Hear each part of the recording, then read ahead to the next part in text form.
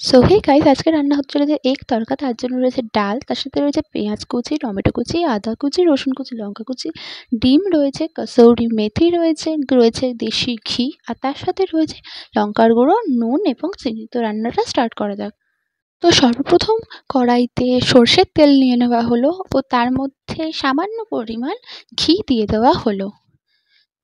তো তোমরা দেখতে থাকো আর সঙ্গে থাকো। রান্নাটা ভালো লাগলে অবশ্যই like, comment, share and subscribe করে দিও। তো এখানে ঘি দেওয়া হয়ে গেল। এরপর ফেটানো ডিমটা দিয়ে সেটাকে ভুজি করে নেওয়া হবে।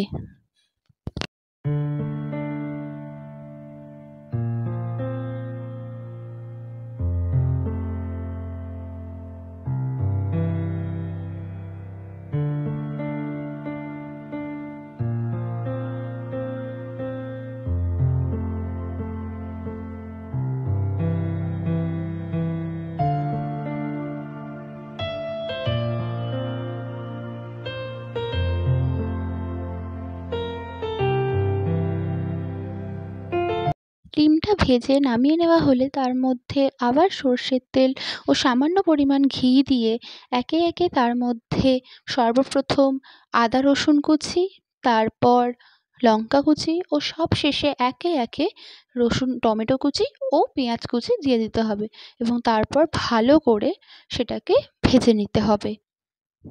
তো রান্নাটা তোমরা স্কিপ করো না, পরপর দেখতে থাকো। খুব ইজি একটা রান্না, চাইলে তোমরা খুব সহজেই বাড়িতে রান্না করতে পারো। হ্যাঁ, আমি জানি সবার কাছেই এই এগ তড়কা রান্না করাটা খুবই সহজ একটা ব্যাপার, কিন্তু অনেকের কাছে আবার কঠিন। তাই যাদের কাছে এটা কঠিন বলে মনে হবে তো তারা এই ভিডিওটা দেখে সহজেই এগ তড়কা বানিয়ে নিতে পারবে, কারণ এই ভিডিওটাতে খুবই ভালোভাবে এবং একে একে ধাপে ধাপে রান্নাটা দেখানো হয়েছে।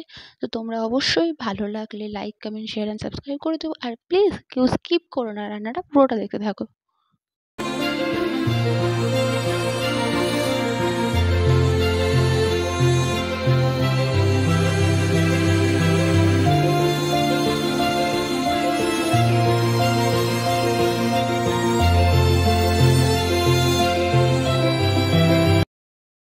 টমেটো কুচি দেওয়ার পর তার মধ্যে দিয়ে দেওয়া হলো 1 থেকে 2টো পাউচ টমেটো সস।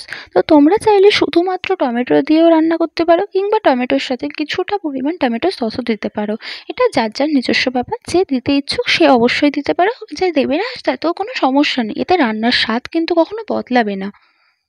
এখানে মাঝখানে লঙ্কার গুঁড়ো, নুন ও চিনিটাও দেওয়া হয়ে গেছে, বাট আমি বলার সময় স্কিপ করে গেছি, তো তোমরা ভিডিওতে দেখতেই পাবে।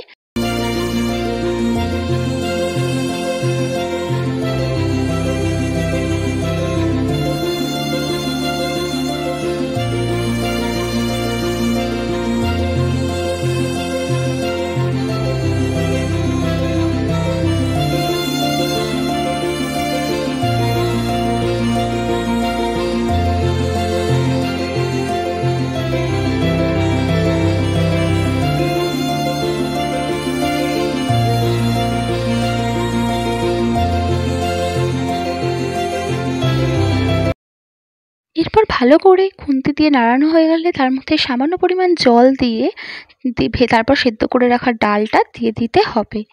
এই ডালটা হচ্ছে শুধুমাত্র তরকার ডাল নয়, এতে সামান্য পরিমাণ ছোলার ডালও মিক্স করা আছে।